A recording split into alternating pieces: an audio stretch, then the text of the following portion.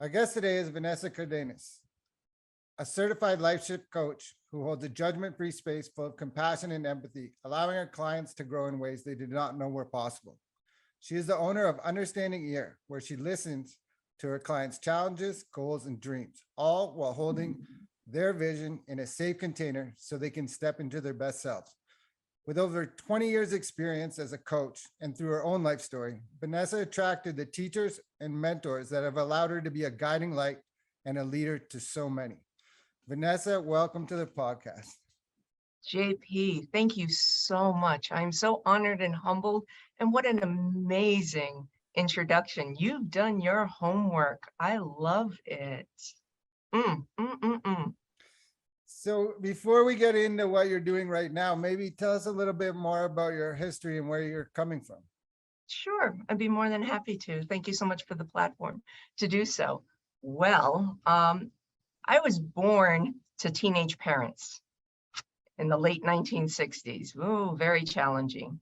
And unfortunately, it was challenging for my parents. They split up when I was 2. Unfortunately, I was sexualized at a very young age. I was homeless at 16, and I met the love of my life while I was in school.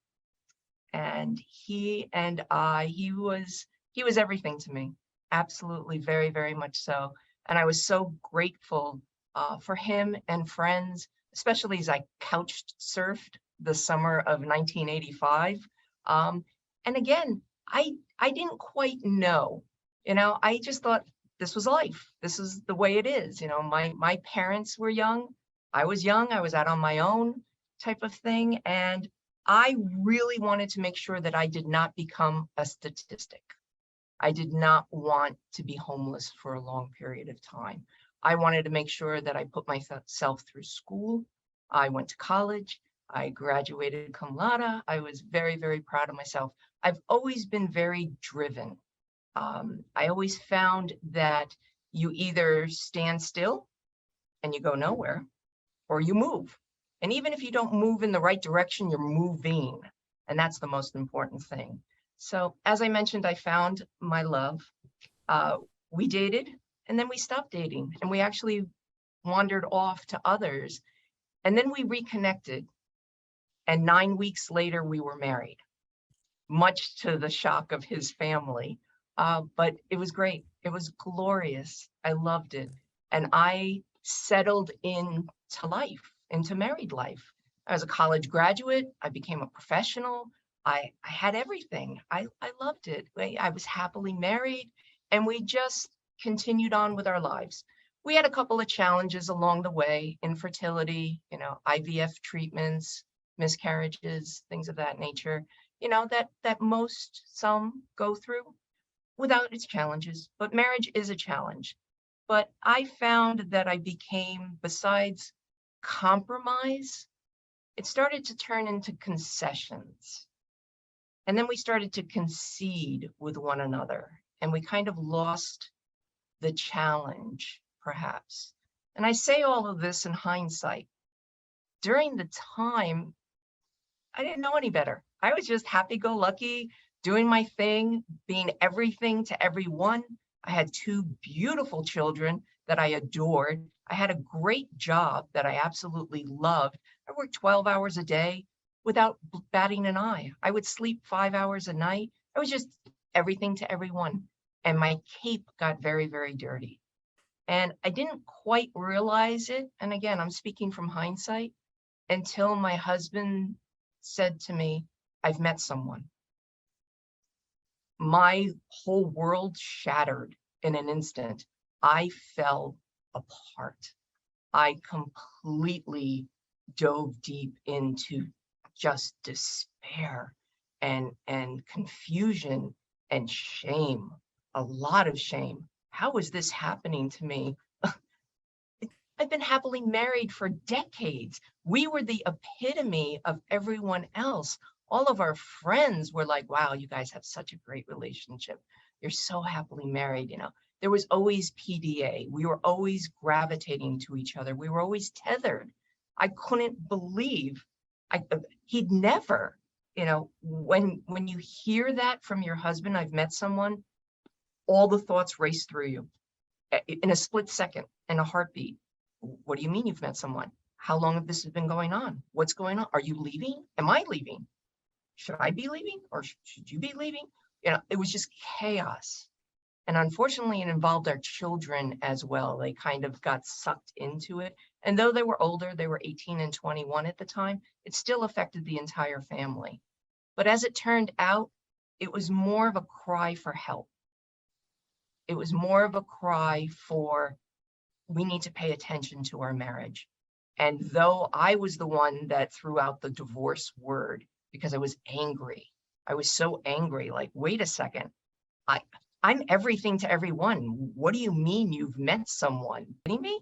Kind of thing. And I became very defensive and very angry over the situation. And I threw out the divorce word. And once my husband heard that, he attempted to backpedal. Not backpedal that he's met someone, but backpedal the importance of that other person. And really, he just needed the attention. He needed the opportunity to share himself and to be vulnerable and to say, hey, listen, this has been wonderful and I want it to stay wonderful, but we need to pay attention to us. We've been so focused on our careers, on our children, on our family, and everything else that we've lost sight of each other. And we went through a lot. And I took a deep dive into all of the greats, including Estelle Perel, Edith Weger, Dennis Ortman, Debbie Silber, Michelle Mays. I dove headfirst. But the first place I went was Mind Valley, because I had been an annual member of Mind Valley. And Mind Valley has these great quests. And I've learned so much through Mind Valley. And I went there first for betrayal. And I couldn't find anything. And I was actually quite surprised. So I winded up having to go to other sources. I got involved with a group session of those that have been affected by betrayal. And while it was good and had great content, it wasn't for me. I really needed one-on-one. I needed to speak to someone, not necessarily therapy. Yes, we had our own individual therapists. We had a couples therapist as well, but I needed somebody forward thinking, somebody who would cheerlead me on as, okay, you have now the clarity, the freedom from shame, the freedom from fear. You want to stay in your marriage. What do we do from here? And I needed that. And I wasn't getting that from any of the other sources around me. So I did it myself. And I really dove headfirst into it. Now I'm on the other side. I am a beautiful example of the possibilities. I decided to stay. My husband decided to stay. I fell in love with him all over again. And I can help those when their world shatters in an instant. I am the perfect example for them of what is possible. So I've had the pleasure and honor to coach several women and a few men, actually, several women and men through the process of finding that clarity, that freedom from shame, and that freedom from fear. Because those, for me, are the three pillars related to betrayal. And betrayal doesn't necessarily need to be between a couple, a married couple or a dating couple. It can be within a family. It could be a brother and sister. It could be between coworkers. Betrayal is betrayal. It falls on a spectrum of how severe it is, but depending on how you were raised and what your value system is, it can be very devastating. I like to get my clients to that moment, as I said, of clarity, of freedom from shame and freedom from fear, to make the decision. The decision is inconsequential to me. Decide to stay, decide to go, decide to mend the relationship that you have, decide never to see that person again. Whatever the decision is, as I mentioned, is inconsequential to me. I want to help my clients get to that decision and then subsequently live in that decision. It's not 100%. I know that there's a possibility in my marriage that a couple years down the line, we decide collectively together, this isn't working out. That's okay. But for now, I'm living in that decision that I've made to stay. And that's what I want to help my clients do. And I've really enjoyed that opportunity to be alongside of them. There's a great poem about footsteps in the sand, and there's only one set of prints. That's when I was carrying you. I tell my clients, yeah, that's not me. I don't carry you. We walk this together. Sometimes I have to walk a step ahead of you just to show you, hey, there are possibilities, but we walk together on the journey. And sometimes it's an amazing, beautiful journey. And I've had clients stay. I've had clients go. But they're comfortable in their decision and they live within their decision. And for me, that's been the most important thing. And I am so grateful. And I say it to my husband a lot, and he's very shocked. I'm so grateful that we went through the experience. And my clients are shocked when I say it to them. It was the necessary shove that I needed. I completely changed. If you see a before and after picture of me from 2017 to now, I'm completely different. First and foremost, I dropped 40 pounds through WildFit. So WildFit has been glorious to me. I completely changed my look. People who haven't seen me in a decade are like, wow, you're actually getting younger. What's going on? I love it. I love who I am. I love the presence that I have. I love the ability to be able to help others, to know that what I've been through can help someone else, that they're not alone. Hence, I started understanding ear. Now, understanding ear has an interesting backstory to it. Understanding ear comes from a quote within Stephen King's book, Different Seasons. It's short stories. The most famous short story in it is Shawshank Redemption, which of course they made a brilliant movie out of. But the other story in there is called The Body. And The Body starts with a very long quote, takes up about half of the page in the book. I, of course, have condensed it, but in essence, it says the most important things are the hardest things to say, locked within, not for the want of a teller, but for the want of an understanding ear. So I had carried that quote. I tore it out of a library book back in high school, and I carried it with me for almost 20 years. It was in my wallet. I loved it. I loved the quote because that's how I felt. I needed an understanding ear. I had no shame in saying my story. I just needed an ear to hear it. And now I have that opportunity to be the understanding ear for others. And I take that responsibility extremely seriously. I only take 8 clients. That's my roster. I don't take any more than that. They get individual coaching. Though I'm really good at group coaching and I do enjoy it, I know that specifically for betrayal, it's so much more helpful to have the one-on-one opportunity to really have that space to let loose, to cry, to scream, to yell, to ask why, to go through the gamut of emotion that happens when you go through betrayal. And I offer that space without judgment, because that is tough for people that go through betrayal. Because anybody that goes through betrayal, and I'll say a woman, if a woman goes through betrayal, she goes to her, her regular doctor appointment and they run, standard tests. And the doctor comes back to let her know that she's got an STD. She looks, what are you talking about? That's not my chart. And the doctor says, yes, it's your chart. You have an STD. And then the woman gets defensive. What are you talking about? I've been faithfully married for 20 years. What are you talking about? And then the realization happens.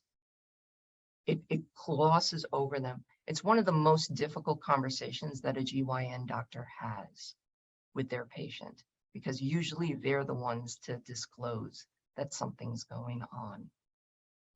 Then the woman leaves the office, and what does she do? The immediate thing that she wants to do is she wants to scream it from the mountaintops. But once you let that toothpaste out of the tube, it's hard to get it back. And that's where the shame comes in terms of staying or going. So I like to capture the patients right at that moment, right when their world shatters. But any step of the process along the way, I'm there. There are some that go through the grieving, because it is grieving process, for months, weeks, years. Some don't get over it. And that's really, really very challenging. But the difference between me as a coach rather than a therapist, and it's very clear to make sure that we have that distinction, because therapists go back. They dig through history. They dig through history and get you up to the present. My role is what's happening right at this moment and moving forward.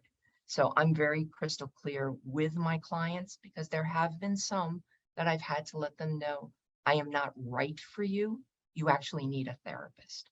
Let's start with therapy first. Let's find someone for you, and I'll provide resources for that. And then when you're ready and you're ready to forward think, we can get back together. So hopefully that has answered your question in a nutshell. Wow, that's so good. Yeah, there's so much to unpack there. Like even just going back to the beginning, those humble beginnings that have happened make you who you are. And that's part of how you can deliver so much compassion and empathy to others, because you're not just reading it from a book, you've experienced these things. And then for you to not just run away from the marriage, but to look at it, to evaluate yourself as well as everyone around, and then to grow through that and make a decision. Okay, this was one moment in time. It doesn't make the whole body of work useless, right?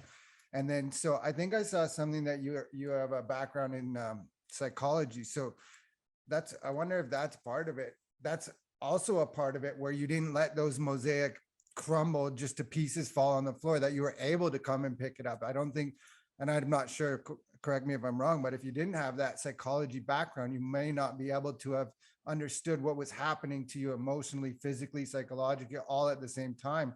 And for so many, your story will resonate. It's so easy just to throw it all away and say, that's it, it's over. And now what? And who am I now? But you have the value in yourself to, first of all, to take a look at yourself, to take a look at everything else and decide, okay, this is where we're going to go forward. And then I think it's a good point that you made, that Mind Valley, they have like a conscious uncoupling program, but they don't have like, how do you make your marriage even better, right? Or work it on that angle. So maybe that's something they can bring to the forefront. And the quote with the Stephen King quote, the body, I think that was turned into the movie Stand By Me. Exactly.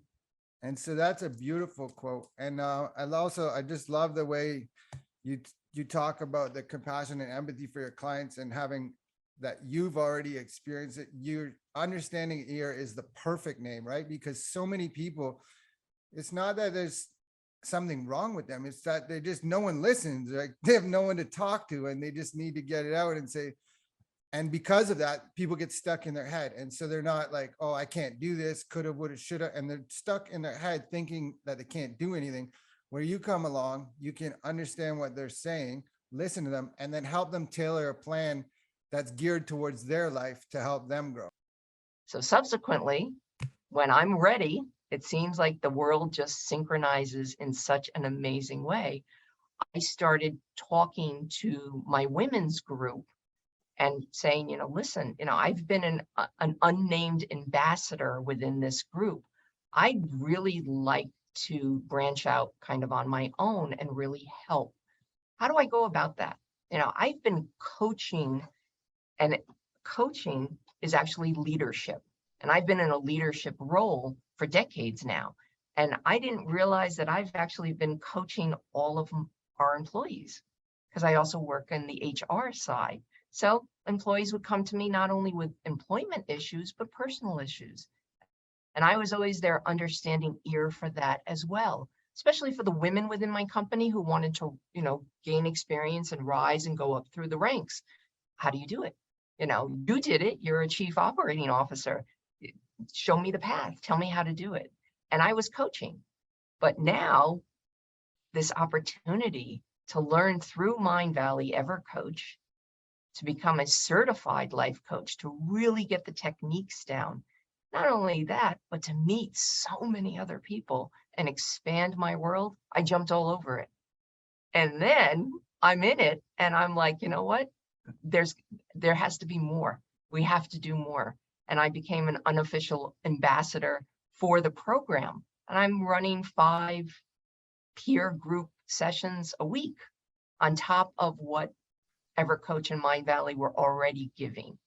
And then I was participating on all other groups, and it was glorious. And I was so grateful for it. I learned so much, but I'm a sponge. I want to take in more. So I'm doing other things now. We're doing the positive intelligence grant. I love the idea that I saw you very early in that life coach course, that you were curious and you wanted to help. And so those groups and peer groups that you talked about, you started doing them. And that quickly developed into presentations for how to run your business, marketing. So like you bringing not just a life coaching, but you're actually doing coaching for coaches, and you're showing them how to set up their websites and how to run a presentation and all these beautiful, juicy things that everybody's going to need to know. So I love that. And then I would ask you, usually I'm asked, what's your favorite quest or author? I'm not sure. You might've just touched on it, right? So maybe we can just go from the 6 phase being so awesome to you're now certified to teach the 6 phase. And so do you have anything coming up with that? As I laid in my bedroom floor on a yoga mat in 2013, listening to a meditation, that I would someday become a trainer on the very same meditation that changed my life. And I'm ridiculously grateful for that. It's an absolutely amazing opportunity. Locally, because I'm out of New York, I am doing it 2 Sundays in a row for my local yoga studio as a give back. On Sunday mornings, they give to the community. So it's a, come in donation wise, come in for some sort of event. And the event that has been posted for September is mine. I am doing the 6 phase meditation twice in the month of September, and they already have it booked solid. So I'm all excited about that as well. I get to spread it. I get to have that ripple effect, and I'm so honored. And the fact that we are the first class of certified trainers. I am the only certified trainer in Westchester County, New York. Oh, I can't wait to share it. That's great. Yeah. When you were describing about the giving back, the yoga, that's what went in my head was ripple effect, domino effect. And that's a beautiful thing with this. Once you start giving it and spreading it out, kind of like those 3 most important questions, where what contribution you want to make. And then once you start doing it, it turns into something else where like, it's not about me working or making money or anything. It's just, you give it back. And then I always say something, I don't even know. It might've been Joe Dispenza. I forget who I heard it from, but I always say, thoughts are electric.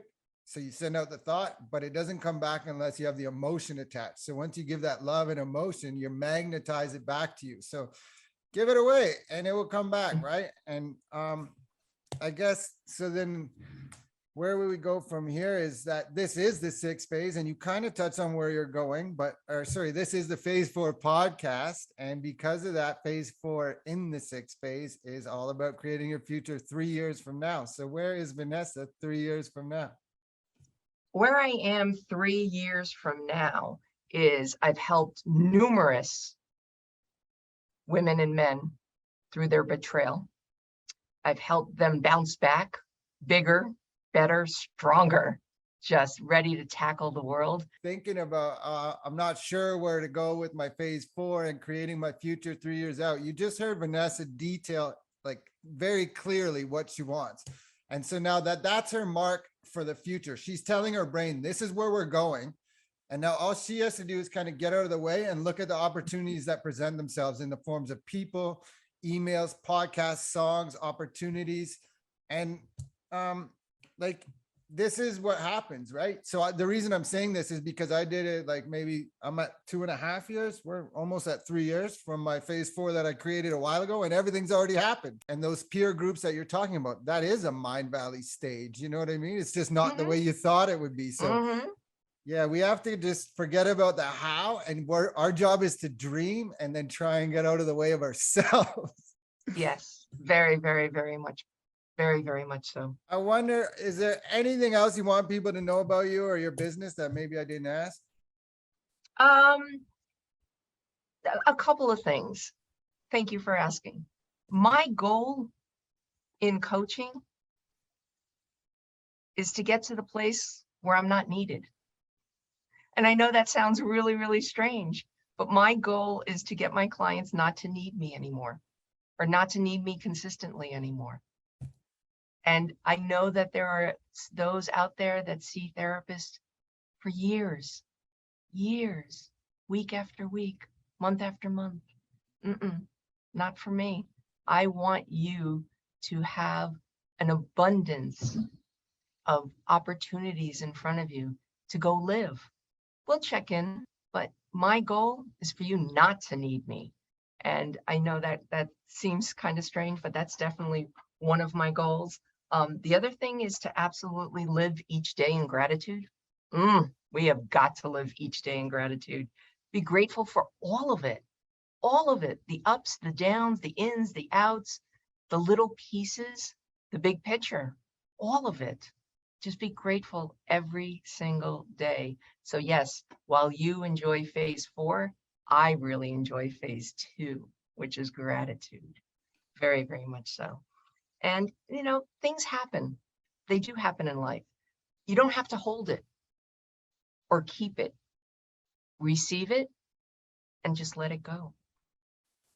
Easier said than done, but with the right people around you, with your self-care team, you can do anything.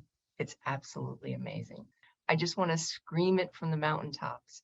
Didn't want to scream about my betrayal from the mountaintops, but I absolutely want to scream from the mountaintops, my transformation.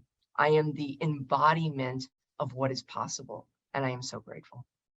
Amazing. Yeah, there's so much in there I got to unpack. So like the thing about the leader, I forget what book I'm reading right now. There's a couple about leadership, so I might mix it up, but it might be Simon Sinek. And he says something about like what makes a great leader is that after you leave that company that they're still doing good. So that's like what you're saying. Another thing is that you wouldn't change it because you wouldn't be here right now doing all this amazing stuff. And like, so I think I hear that a lot. It's kind of my story too. Like I have a horrible, well, not a horrible, I have a long 10-year long Kencho story that we're not going to go into, but I wouldn't change a second of it because I wouldn't be where I am right now. And so that gratitude is so important. And then the third one there would be about gratitude. The science is clear. Martin Seligman, the father of positive psychology, he does these studies where he calls it the 3 things exercise, where he just asks people when you're going to bed, maybe when you wake up in the morning, just think about 3 things you're grateful for. It's better at bedtime because then the way you go to sleep is usually the way you wake up, right? So he says 3 things you're grateful for. It doesn't have to be about yourself. It could just be little simple things like water, someone you know. It could be the sky outside, watching the sunrise, whatever it is, but just 3 things. And after a couple of months, your whole life will change. Gratitude, I agree, is the number one way to change your life. Just start being grateful for, even if you're in a horrible situation, right? And you mentioned, what's her name, Edith Edgar before? I love when you coach a client and you ask just one question out of curiosity, strictly out of curiosity, and they pause and they think, and then you see it. You see the shift happen, and it's like, wow, I love that. Kind of similar to Stephen King. We'll circle back to Stephen King and The Shining, and how the little boy had the shine where he could see things. For me, I love to see the shift. I want to see the shift in my client. And again, Rich Litvin refers to it as insight. But yeah, it's the shift. It happens. We all of us coaches know what that feels like. It's great. And then our clients know what it feels like. I know what it feels like when I'm coached by my coach and I get that moment of shifting and I'm like, wow, that's amazing. Because we don't know what we don't know until somebody unlocks it for us just by asking a question, just having genuine curiosity unlocks it and your whole life changes. Love it. Yeah, that feeling, like, I don't know, it does something to my heart when you see the other person, that they look up and their eyes kind of go over to the side and they're like, never thought of it like that before. And now you're making me think of a movie. It's a free movie on YouTube for anybody, but Wayne Dyer, it's called The Shift. And it's kind of about all of this stuff. So there's another good resource. My final question would be, where can people reach you? Where people can find me is, of course, understandingear.com. That's where you can reach me. I want to work with those that they want an understanding ear, that they want to bounce back bigger, better, stronger, ready to tackle all of the abundance that everything is available. It's all out there. It's there for the taking. You just have to put yourself out there. So understandingear.com. You can reach me. You can also find me on Instagram. I'm Understanding Ear LLC on Instagram. And we'll go from there. Vanessa, thank you so much for your time today. I really appreciate it. JP, thank you so much.